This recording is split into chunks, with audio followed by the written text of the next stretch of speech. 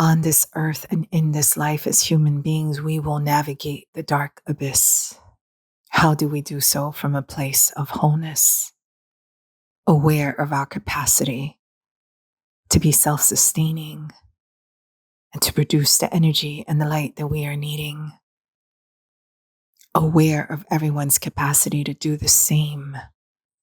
How do we navigate darkness and light to see and be seen? Saludos and welcome to the Rematriating Borikén podcast, where we discuss the journey to the essence of these islands, this archipelago and her surrounding waters, the restoration of our essence before conquest and continued colonialism, the reclamation of our collective healing and liberation. I am Yasmín Hernández, creator of CucubaNacion, artist, writer, activist, born and raised in Brooklyn, Rematriating Borikén. Hello, this is Yasmin, and welcome to another episode of the Rematriating Borikén podcast. I hope that this gorgeous, gorgeous final full moon of 2024 has been illuminating all sorts of things for you. This episode is inspired by the last Trinchera de Ideas, the abyss, simultaneous darkness. That's the theme for this episode, but I need to start with a trigger warning of references to femicide and suicide because of recent news here in Puerto Rico, which is not new news at all.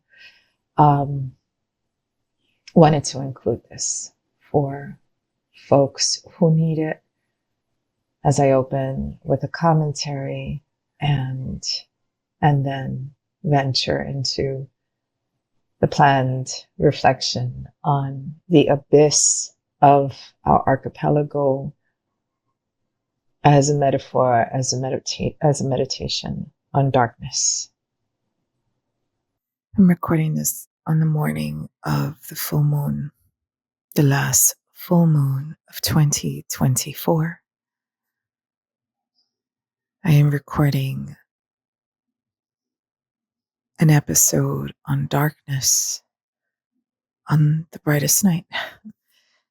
And that might seem ironic, but because of the upcoming Trinchera on light, I wanted to get the darkness conversation shared before sharing a future one on light. After the winter solstice, we call back in the light. The sunsets have already gotten earlier and earlier here on Borikén. I'm recording this early in the morning, so estoy con el coro de gallo aquí, that it is my own practice and my own survival strategy, I will call it that, to not center in my conversation the heaviness, the weight. And I do touch upon these things. I talk about climate change. I talk about those elements. I do. But I also have a tendency to speak of the beauty in things. I'm an artist.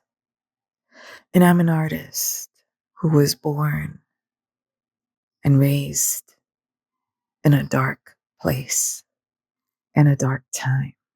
And I say that I arrived to Brooklyn in the mid-70s because it had the best music, because it was one of many urban centers at that time, developing beautiful countercultures and subcultures to the marginalization and the oppression. I often say I wish I had been born well before the 70s so that I could have been old enough to witness everything that went down in that decade. Like Boricuas packing Madison Square Garden with our own people and with allies supporting independence for Puerto Rico with the purpose of this reflection right now is to start a conversation on darkness with a meditation on the deep, deep darkness that we have been living here and that some of us do not survive here. This morning, I'm thinking of this sister, Anissa,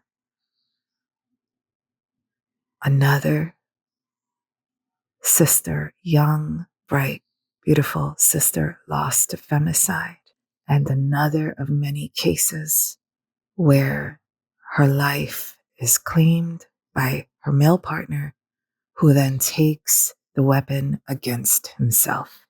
Femicide and suicide. I know folks who knew this sister personally. It is heartbreaking to see their posts. Feeling the responsibility is what they are communicating, not just a personal responsibility for their work, but communicating to the collective that the pain and the grief stems from a failure on the collective's part. What is the impact of a society still carrying these toxic remnants of machismo, of toxic masculinity? Young men whose only way out is through violence, whose only way out is through violence inflicted on the women they claim to love, and to then inflict violence on themselves. Femicide and the escalation of suicide, which we have seen spike since Maria, the hurricane that is, and continue through the pandemic and so many things. 2 years ago, one of my children's teachers took his life. This was a few weeks after the school hosted a suicide awareness, suicide prevention activity.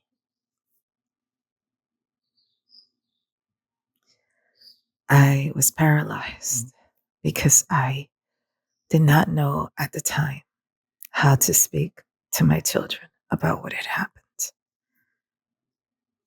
I had even spoken with the counselor weeks before, who then referred me to this excellent workshop, a virtual workshop on the topic that I sat in on suicide prevention. And when this happened a few weeks later, I still found myself without the tools. The school brought in someone that went from class to class, offering support to the students, and it was never discussed again. And I had wondered what it means when a faculty puts together an event on suicide awareness and prevention, and one of those faculty members who the students turned to for guidance, because this was a particular person that many students identified with. And these children look up to for guidance, for modeling. And that was this person's solution or response to what they were living and experiencing at that moment, which is a whole other story, a whole other series of stories. Because when people do not know, and when people are in pain, there are so many stories that come out to blame, to explain, even if inaccurate. It is necessary to make darkness a conversation. In this theme, as I did with the Trinchera, the abyss becomes a metaphor for darkness, however people want to see it.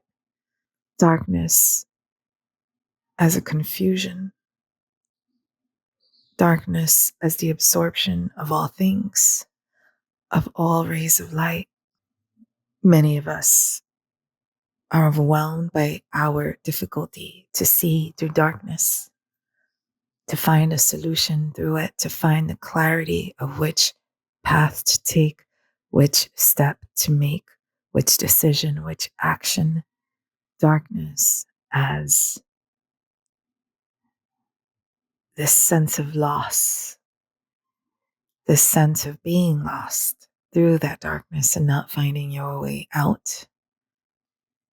Darkness when we discuss the different realities faced by people living here today and the desperate measures that are sometimes taken, whether they be violence, whether they be being forced to leave. How are those who stay living? What does it mean when folks don't have access to healthcare, or when folks are ill and have to board a boat or plane or drive 2 hours or more to receive medical attention, medical care? What does it mean when the doctors that you see themselves have driven 2 hours to see you are only in that office maybe once or twice a week? When you ask a question, as happened to me last week, and the doctor says, ask that question of some other doctor. I ain't got time for that question. That is the question in New York that merits a whole fight with a doctor. It is a question, it is a response to my questions that I have gotten repeatedly from this doctor over the years, and that I have humbly and sheepishly had to stay quiet when he says that, because I know he is one of the few specialists of his kind. He travels to various cities around this island to service all as much as possible the population that he can. And it takes me months to get this appointment that I had to switch from my kids' school. And that if I switched again, I would have to wait several more months to see him. I have this question that perhaps is simple, more generic than it is for my condition. And there's all these other patients that he must see in the hour left to his time at that office. My condition, though he has helped, though affects me as an artist, does not threaten my existence like other folks battling through other conditions in this archipelago. Darkness. Darkness is not knowing where to turn for help, not knowing who to ask a question of without being ignored, passed off, ridiculed. Darkness is not knowing where to go for help because everyone around you is equally overwhelmed, overbooked. Darkness is when you cannot ask for help because that thing that has you overwhelmed and struggling is being faced by virtually your whole family, your whole community. Darkness is in the midst of this. We still, many of us, continue to raise our children with imposed gender norms that are not normal, so they can't be norms, because too many women are still the agents of imposed masculinity by passing on different values to their sons versus their daughters, because society still teaches these boys not to express emotion, not to cry, and to carry the weight of the world on their shoulders. And if they cannot do that and perform in that way, then they are substandard men. Because society still tells men that they are the top of the hierarchy, and that anything that a woman does could be a threat to that position, that they would have to feel the need to defend their masculinity, their honor, their reputation, their ego, whatever the fuck it is that they are desperately trying to express through violence. Because we still live in violence. We still live in a society and time in which violence is still the answer. Because the genocides that the collective ignores on other parts or in other parts of the planet still gets carried out in our communities and homes, in femicide, in domestic violence, in the abuse of children.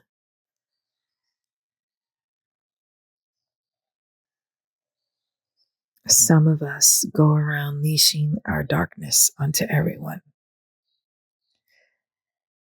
Not too many of us have the tools on where to do with that darkness and where to put it and how to work through it, how to process it, how to go within to find our own darkness and know what we are working with so we can work through it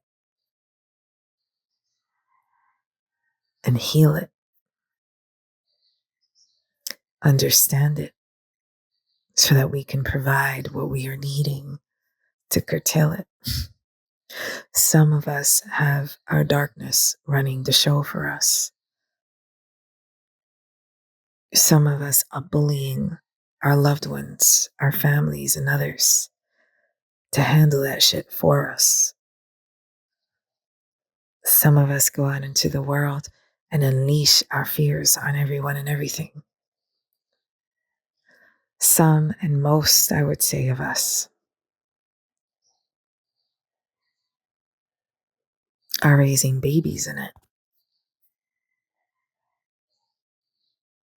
And that to raise a baby in love is to pass on one's own fears to keep that baby safe from everything you fear.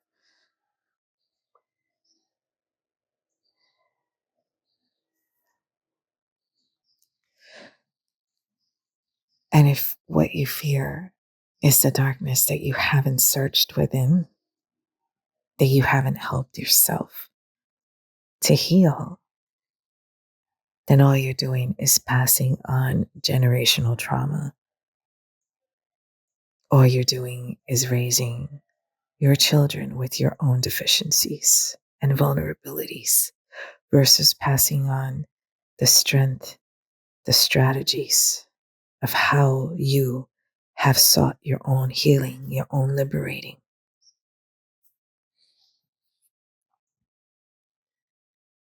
That's not love. Fear moves opposite the direction of love. Hate is a byproduct of fear. So hate is not the opposite. Fear is the opposite of love. The darkness and the confusion that it can bring is wanting one thing, believing one thing, and doing another. It's not going to lead to the same goal, to the same victory. It is communities, societies that don't even have conversations on what love is for anyone to understand. So many of us have grown up in states of lovelessness that when we do feel love, so many of us have grown up in states of lovelessness that when we do feel love, we don't even know what to do with it. Some of us resent those who try to love us because maybe our caretakers couldn't show up for us in that way. And our understanding of love is different than someone who comes in committed to love us in all the good ways. Some of us still walk around believing that to love is to possess, that to love is to colonize, that to love is to smother. And it is in that belief that violence ensues. So the darkness is not where people live and carry out in their most conflicted, afflicted, desperate, dark, scared times. In order for someone to get to that state, it means that we have been collectively walking in this darkness. We have been collectively descending into this abyss. And when this violent fissure happens, it happens from those that have descended so deeply into it. It is also to consider the role that substances, that the hella normalized alcohol play in it. When we, as a community and society, continuously turn to escaping and numbing versus addressing, resolving.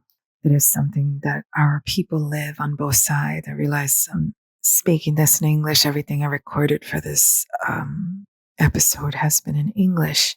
It is something that I knew deeply in the diaspora, for all the amenities that exist in different parts of the diaspora where people may be, whichever countries, whichever cities. I do believe that a disconnection from source triggers more of it. I am living the inverse of it, so that when someone immigrates and leaves their community, their family, to venture or to be forced to another place, and arrives there without a community, without a network, without a base. And in my case, knowing that I'm raising my children away from family and their base, and that we, as their parents, have been living here away from our community base. In 10 years, even though it's been 10 years, it is impossible to recover something that you spent 40 years building, or that you were born into, in my case, with the extended family that I was born into in New York. In 10 years, I cannot create a whole tribe here.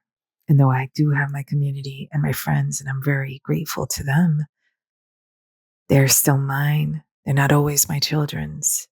Most of them are adults. Not all of them have children. And not all of them can be my husband's or my mother's, who's only been here for 5 years, who arrived to the pandemic when communities scattered and dispersed. And so when we are away from our communities, we have these moments in isolation. We don't have the same support base and network.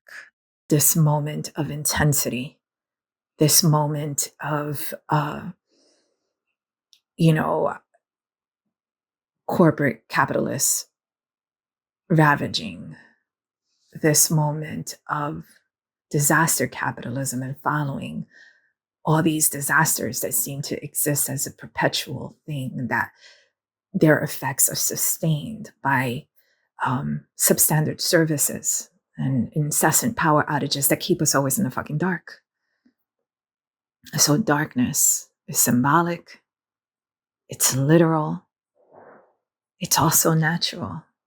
I think of space. I always talk about how do we transcend, like water, how do we transcend the confines of colonialism, the small boxes of inferiority that they want to condemn us to? How do we transcend those? And so I'm constantly throwing my vision, as my grandfather would say, tirar tu pensamiento al infinito. Throw your thoughts out into the infinity is what my grandfather would teach us as a spirit practice. And in doing so, I am constantly envisioning beyond this earth. I was raised in a family of Espiritismo, and I understood that since childhood as I am not just of this earth. I am a spirit that is boundless, as are all of us. So thinking of space, that is where darkness becomes canvas. I paused for an announcement, and we still have old school trucks of Tumbakoko that announce different things. And in this case, the announcement of someone who has passed. They'll announce it through the whole community, the name of the person, where they lived, all of the survived relatives, and the funeral arrangements get announced. But this is what we seem to know most here is death. Right? I wish they would announce that every time a baby was born. Go through there and announce, por lo con los tumbacos, mira que nació tal bebé, tal persona. And celebrate life. And so this is what I'm talking about, the inverse of seeing light versus being trained to see darkness. Some of us are only capable of seeing darkness. And so what we do is we go through life and find the shitty shit everywhere we go and wonder why shit is so shitty. But it's because our eyes had been strategically fixed and filtered to kind of, you cannot see the spectrum of good, or I don't like using that word. You can't see the spectrum of vibrancy and vitality and abundance and joy. And so your eyes have been recalibrated to see the spectrum of low vibrations. To connect the darkness, the abyss, and rematriation, I read from my artist statement in my rematriation project. I channel Puerto Rico trench deep sea bioluminescence to paint Boricuas on the rematriation journey. These are folks like myself venturing here from the diaspora, others returning after a long absence, and lifelong stewards, inserting ourselves in the abyss where sunlight doesn't reach and oxygen is scarce, symbolizes our stewarding and reclaiming of ancestral lands that colonialism has deemed uninhabitable, unsustainable, while it hypocritically covets them, displaces us. Turning to our natural environment for liberatory light lessons, reconnected me to the socially conscious Black power / Black light aesthetics of my own birthplace. Brooklyn childhood memories evoke images of Black velvet paintings, women with afros, Black Panthers, and Black lights aglow. My rematriation portraits recreate this aesthetic to reference the Blackness of the abyss and the glow of our bioluminescence. In July, we started the Trinchera de Ideas series. It's a series on rematriation conversations. And I've been talking about these throughout the podcasts of the second half of this year. And I shared some, I think Archipelago was really the episode in which I made reference to those conversations. It was my intentions moving forward to not every month, but from time to time as the inspiration kicks in, offer somewhat of a summary and a reflection on that topic, that theme, or the different themes of each trinchera. I've explained in the past here that the trincheras are inspired by different elements of the archipelago. The idea is that with rematriation, especially for folks like me who were born and or raised elsewhere, and in that elsewhere, my case is Brooklyn, which is a very urban environment. Now, what's interesting about my experience with Brooklyn is that I grew up on the water. I didn't grow up on the water literally. My family didn't own a boat. But my brother, in his final years, that was his goal. He wanted a boat and he would spend time on the water. So whether he was renting a boat, going out on boat excursions, or he had friends who had boats and he would go out fishing. But we lived in the area of Jamaica Bay. Before I left New York City, I was actually living in Queens. My last 15 years in New York, I was in Queens because my husband is from Queens. And those of us from New York City know, as those of us who live anywhere where we face gentrification, that as we get pushed out of certain neighborhoods, then there's only certain others that become available to us. Or when you search for an apartment, you're searching everywhere you can find. And so it turned out that we moved.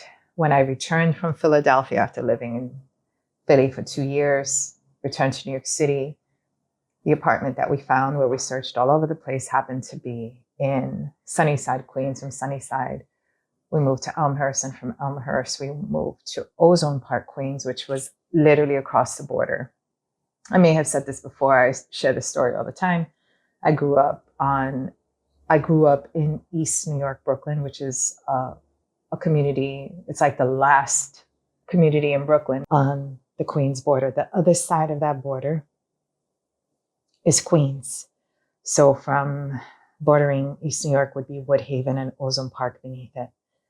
And I lived in Ozone Park. I lived about a few blocks from the Brooklyn border and would walk to my brother's community in Howard Beach, where he lived, and my mom's apartment in Cypress Hills in East New York, which is basically the apartment we moved into when I was 8, and that she stayed in for decades until we moved, or she moved, I should say, here to Borikén, where she was born, at the end of 2019. So I share this because living in Ozone Park, my brother in Howard Beach is where JFK, the airport, is. Howard Beach is where Cross Bay Boulevard is. And you take Cross Bay Boulevard all the way down as you are approaching the Rockaways, or the islets that form, right, the barrier island that is Rockaway Beach. And so one of my favorite pastimes as a child was driving through the Belt Parkway. Not driving, but riding, I should say, on my father's car across Belt Parkway and hitting up all these beaches along that coast. And so very much the interpretation of an island girl is growing up on those marshes, crossing bridges and tunnels, and an understanding of what it is to live a life surrounded by water. In high school, researching the Lenape people and their proximity to water and how they engage with water. And just that is what these are. They're islands. And I'm very much aware of that New York City is surrounded by rivers, substantial rivers, and other waterways and seas, whether it's, the Long Island Sound to the Atlantic, or as is the case with Jamaica Bay. So even though I had an urban upbringing, I always, by virtue of the fact that my father was raised here, my father left Borikén at 16, but grew up in Ponce and grew up very much understanding rivers.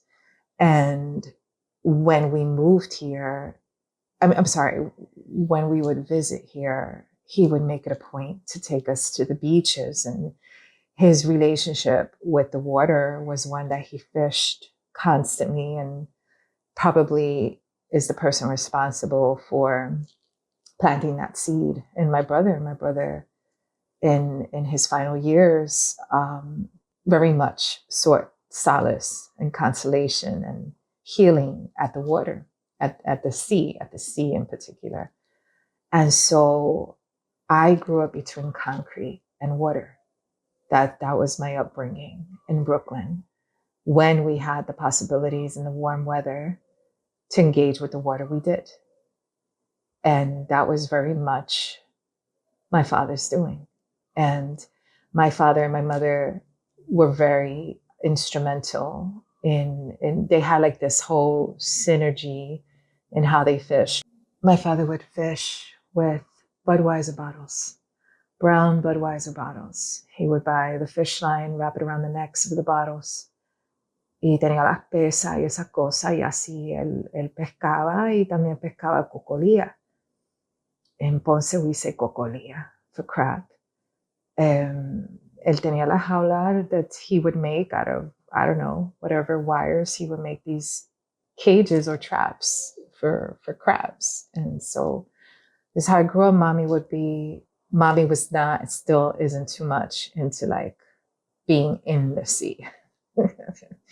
So she would just chill on the shore. He would bring her the fish. She would clean the fish, scale the fish, and then esas tripas se tiran al agua de nuevo, y así eso atrae más peces, ¿no? Para pescar, which is still how I see folks here fishing, the fishermen in Aguadilla fish still, as I watch them fish in Brooklyn.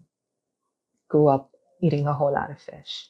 There is still the sensibility, however, that when you get older, when you become an adult, when you start to work and, you know, everybody's going to the city,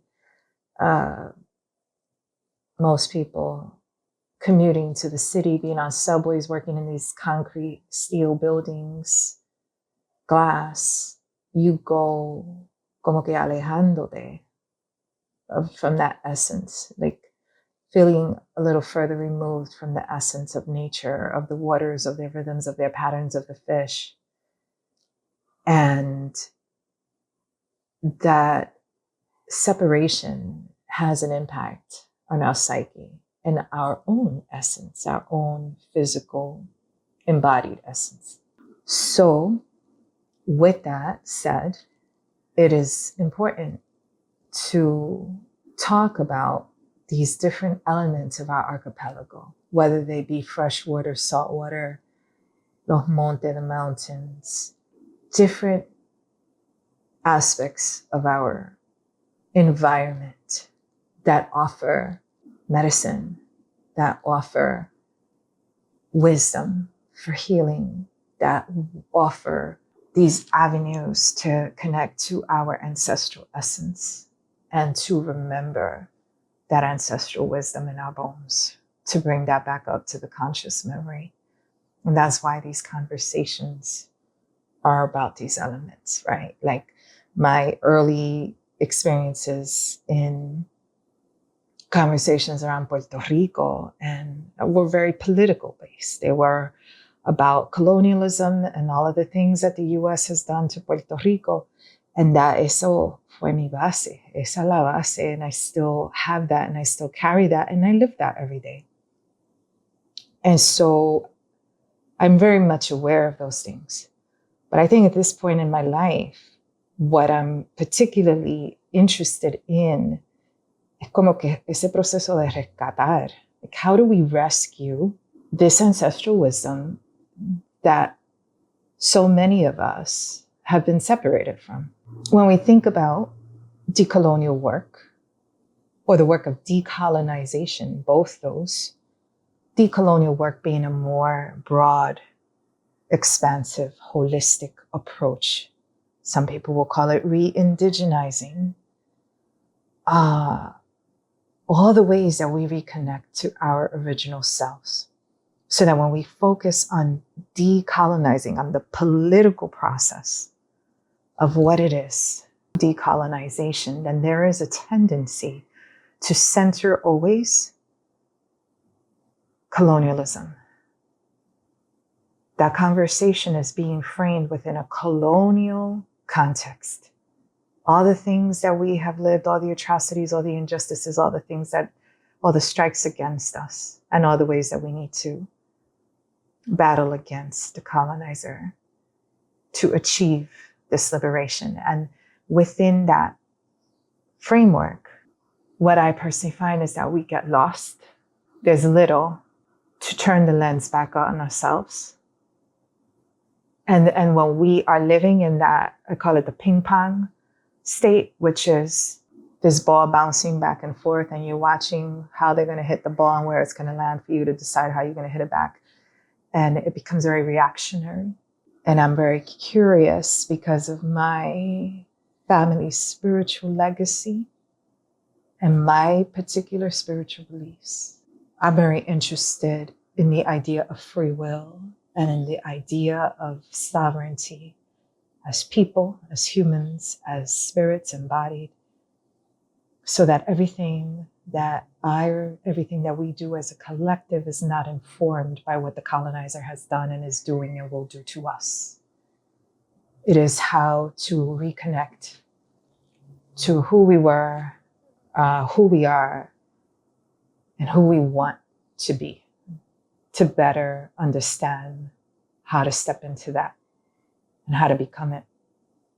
And that not be informed entirely by who the colonizer is and emulating that, because that's really what we have so much of. That's really what the basis of a lot of schooling is here in Puerto Rico.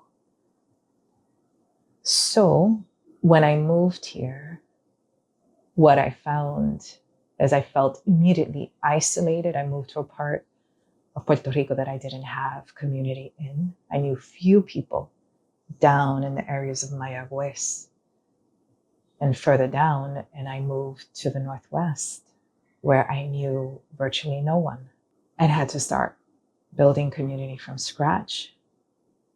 My family's not in this area at all.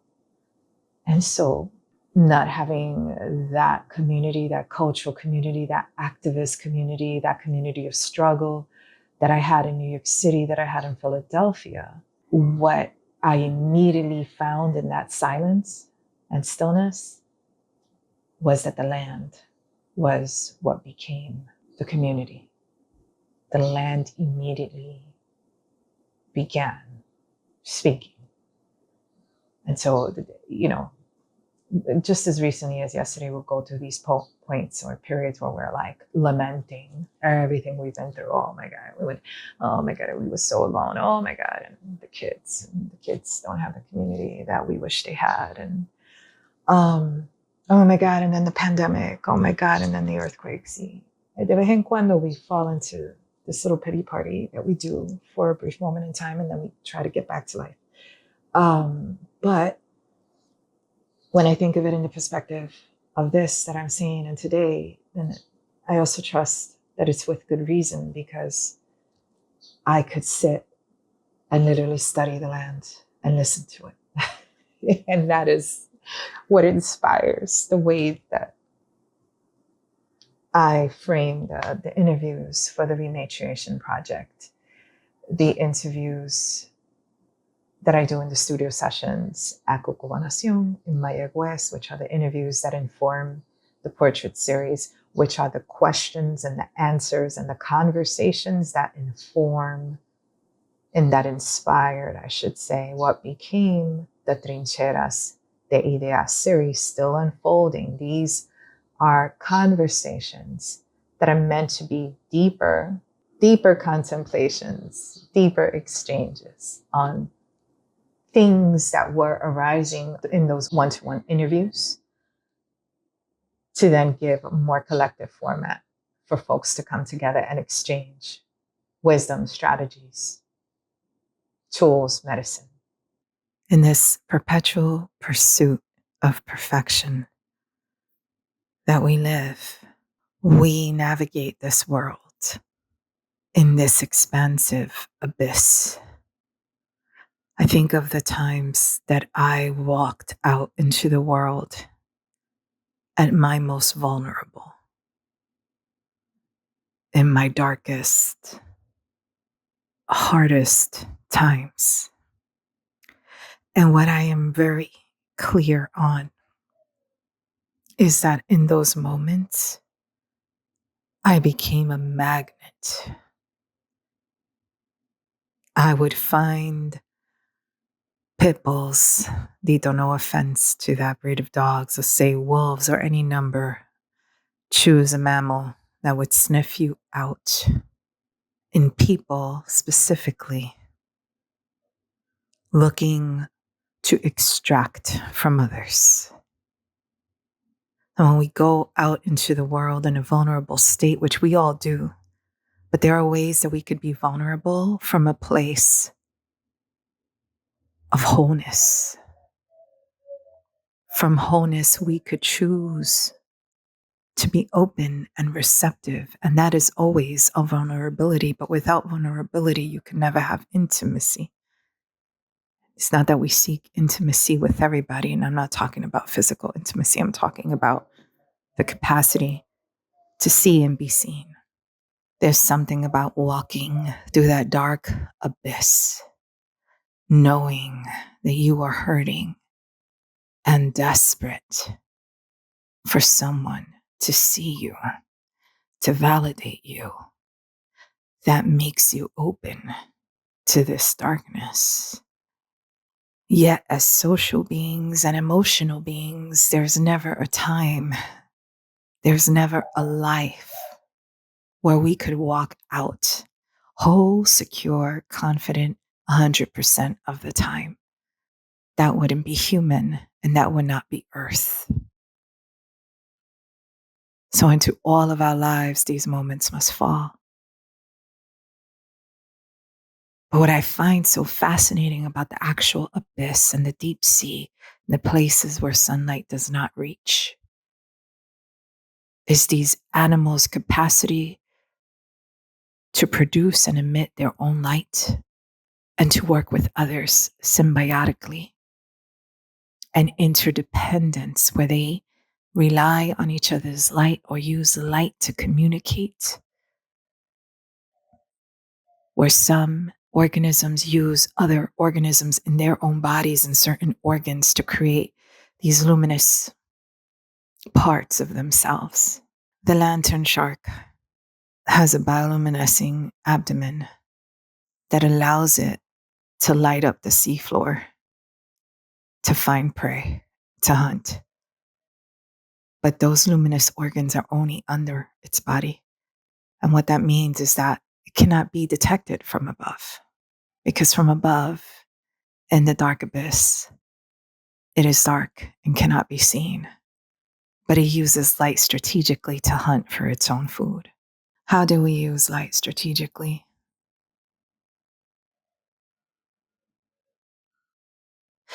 On this earth and in this life as human beings, we will navigate the dark abyss. How do we do so? From a place of wholeness, aware of our capacity to be self-sustaining and to produce the energy and the light that we are needing, aware of everyone's capacity to do the same, and understanding that we, at our most vulnerable, emit other energies that are not so attractive. Those times that I have been most vulnerable or showing up in the world with desperate energy, it was like either I attracted people that were hella extractive and whack, or I became not a magnet to those people, but a repellent to everyone else who just didn't want to be around me. And the irony is that people who go out into the world with those energies are most needing the support of others. How do we come from a place of wholeness where we could look at each other in their wholeness, even if they're not showing up as their best selves, as people who are needing support?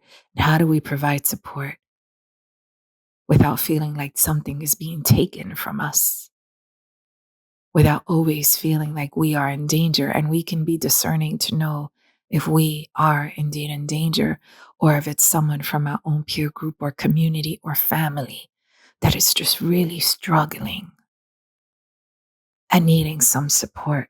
How do we manage our own light to be able to provide that without feeling extracted from, without feeling exploited? How do we navigate darkness and light?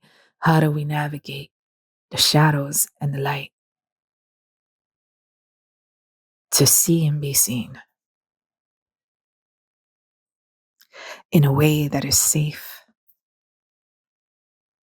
in a way that isn't depleting? Thank you for listening to another episode of the Rematriating Borikén podcast. The artwork for this episode, the beautiful angler that my children and I admire so much, image chosen by my son. It is a detail of his rematriation portrait, the double portrait called 515 of him having arrived in Puerto Rico at the age of 5 and his age today, 15. This conversation on darkness is a deep one that we need to continue to dive into like the abyss, to navigate, to dissect, and to process. It is a conversation that will continue this Thursday, December 19th at CucubaNacion. The Trinchera de Ideas happen every third Thursday from 5 to 7 p.m. For those not in Mayaguez and not able to join us, look out for a future podcast episode on the theme of light. Future podcast episodes usually are posted around the new and full moons with some surprises in between. If you like what you hear, you can subscribe, you can share with others. Thank you so much for supporting. More info can be found at Rematriating Borikén.com. Much love. Peace and light for Vanessa and all the sisters lost to femicide. Light and justice for their families. Peace and healing to the brothers, to the spirits who are freed. Seek to end it for themselves and others.